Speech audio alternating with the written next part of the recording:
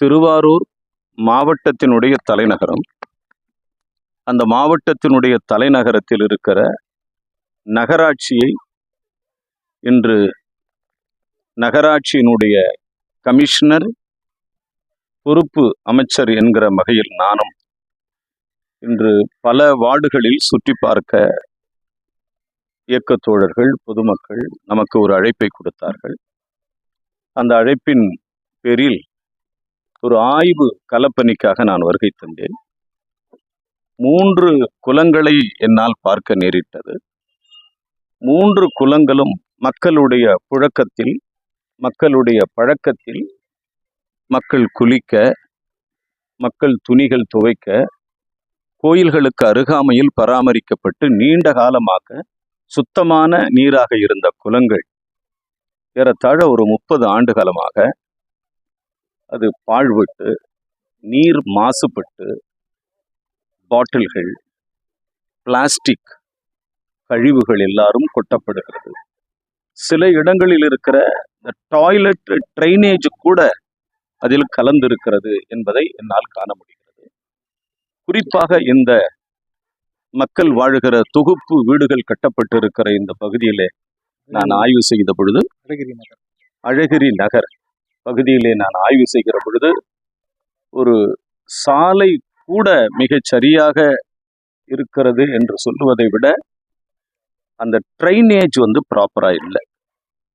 எனக்கு மிகப்பெரிய வருத்தம்.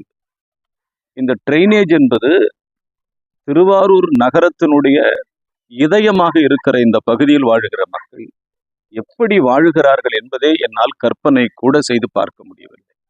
குழந்தைகள், மாணவர்கள், பெற்றோர்கள், வயதானவர்கள், பார்வையற்றவர்கள் நிறைய பேர் இந்த பகுதியிலே வாழ்கிறார்கள்.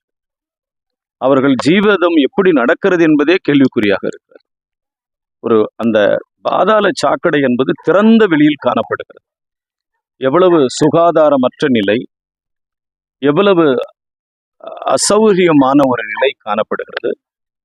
பொறுப்பு அமைச்சர் என்கிற முறையில் மாவட்ட ஆட்சித்தலைவரோடு இது சம்பந்தமாக பேச இருக்கிறேன். மற்றும் இந்த முனிசிபாலிட்டி அமைச்சர், வருவாய்த்துறையினுடைய அமைச்சர் மாண்புமிகு செங்கோட்டையன் அவர்களிடமும், நீர் பாசனத்துறை அமைச்சர் மாண்புமிகு திரு புஸ்ஸி ஆனந்த் அவர்களிடமும், பொதுப்பணித்துறையினுடைய அமைச்சர் மாண்புமிகு ஆதவ் அர்ஜுனா அவர்களிடமும் கலந்து பேசி ஒரு தீர்க்கமான ஒரு ப்ராஜெக்ட் டீடைல்டு ரிப்போர்ட் ஒன்று தயார் செய்து விரைவில் இந்த பகுதியில், அழகிரி நகர் பகுதியிலே இந்த ஒழுங்கற்று திறந்த வெளி பாதாள சாக்கடை என்பது ஒரு மக்களுடைய பயன்பாட்டுக்கு ஒழுங்கில்லாமல் மக்களுடைய சுகாதாரத்தை கேடு விளைவிக்கிற வகையில் அமைந்திருக்கிறது. இதை சரி செய்ய பொறுப்பு அமைச்சர் என்கிற முறையில் நான் மாநில அரசினுடைய கவனத்திற்கு கொண்டு சென்றேன்.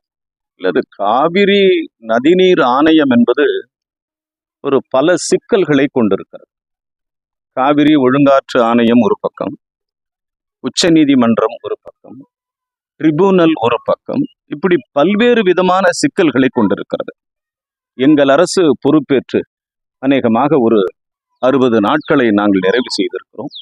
இந்த 60 நாட்களில் மாண்புமிகு முதலமைச்சர் அவர்கள் சட்டமன்றத்தில் சிறப்பு விவாத மசோதா நிறைவேற்றப்பட்டு முழுக்க கவர்னர் உரைக்கு நன்றி தெரிவிக்கும் தீர்மானத்திற்கு அடுத்து காவிரி படுகையில் இருக்கிற அந்த மேகதாது அணை, காவிரி ஒழுங்காற்று ஆணையத்தை பற்றி விவாதித்திருக்கிறோம்.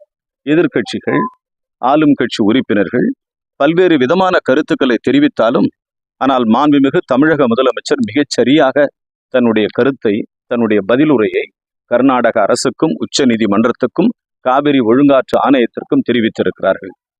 காவிரியில் எங்களுக்கு கிடைக்க வேண்டிய நீதி என்பது கிடைத்தே ஆக வேண்டும். ஏறத்தாழ 80% வழிந்தோடுகிற காவிரி நதிநீர் என்பது தமிழகத்தை நோக்கித்தான் பாய்ந்து வருகிறது. ஆக தமிழகத்தினுடைய உரிமை நிலைநாட்டப்பட வேண்டும் என்பது மாண்புமிகு முதலமைச்சர் திரு சி. ஜோசப் விஜய் அவர்களுடைய வாதமாகவும் உரிமையாகவும் இருக்கிற காரணத்தினால் எங்களுடைய உரிமைகளை நாங்கள் விட்டுக் கொடுக்க மாட்டோம். எங்களுடைய கோரிக்கையில் நாங்கள் மிக சரியாக இருக்கிறோம். காவிரி நதிநீர் ஒழுங்காக கிடைப்பதற்கு, முறையான நீர் எங்கள் பங்கு கிடைப்பதற்கு நாங்கள் கடுமையான போராட்டத்தை எடுப்போம். அதாவது மாண்புமிகு தமிழகத்தினுடைய ஆளுநர் அவர்களிடம் மாநில அரசின் சார்பாக சில கோரிக்கைகள் வைக்கப்பட்டிருக்கிறது. தமிழக அரசும் விரைவில் இதை தீர்க்க வேண்டும் என்று மிக வேகமான நடவடிக்கைகளை மேற்கொண்டிருக்கிறது. இதையும் தாண்டி உச்ச நீதிமன்றத்தில் ஒரு வழக்கும் உயர் நீதிமன்றத்தில் ஒரு வழக்கும் இருக்கிறது. ஸோ வழக்கு அண்டர் சப்ஜூடியஸ் ஆக இருக்கிற காரணத்தினால், ஆனால் நாங்கள் பூர்வாங்கு பேச்சுவார்த்தையை கவர்னரும் மாண்புமிகு தமிழக முதலமைச்சரும் தொடங்கியிருக்கிறார்கள். அந்த உயர்கல்வித்துறையினுடைய அமைச்சர் என்கிற வகையில் எனக்கும் வேதனை இருக்கிறது. கடந்த 4 ஆண்டுகளாக ஏறத்தாழ 10-11 பல்கலைக்கழகங்களில் துணைவேந்தர்கள் நியமிக்கப்படாமல் இருப்பது என்பது பல்கலைக்கழகத்தில் ஒரு தேக்க நிலையை ஏற்படுத்தியிருக்கிறது. விரைவில் இந்த தேக்க நிலை களையப்படும்.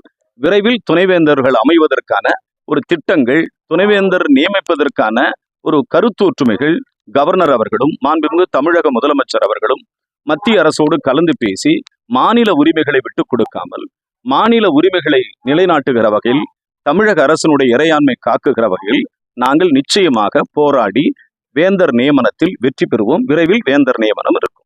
அதுல சிபிஎம், சிபிஐ மிக தெளிவார்ந்த சித்தாந்தங்களில் அடிப்படையில் செயல்படுகிற ஒரு மாபெரும் இயக்கம்.